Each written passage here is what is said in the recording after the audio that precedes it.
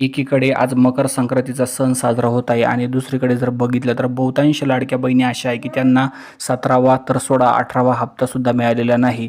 मागचे दोन्ही हप्ते त्यांना मिळालेले नाही. तर याचे कारण काय? त्याचप्रमाणे 19व्या हप्त्यासंदर्भातील काय अपडेट आहे, काय डिटेल आहे जाणून घेऊयात.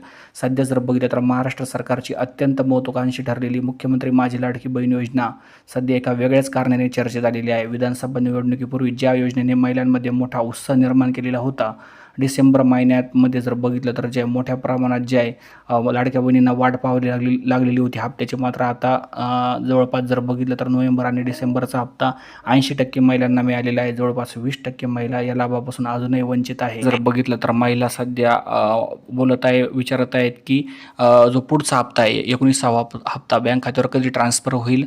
आता निवडणुका संपल्यानंतर ज्यावेळेस रिझल्ट लागेल आणि रिझल्ट लागल्यानंतर पुढच्या काही दिवसामध्ये GR येईल आणि त्यानंतर जे आहे बँक खात्यामध्ये 19वा हप्तासुद्धा या ठिकाणी ट्रान्सफर केला जाईल. त्यामुळे धन्यवाद व्हिडिओ बघितल्याबद्दल.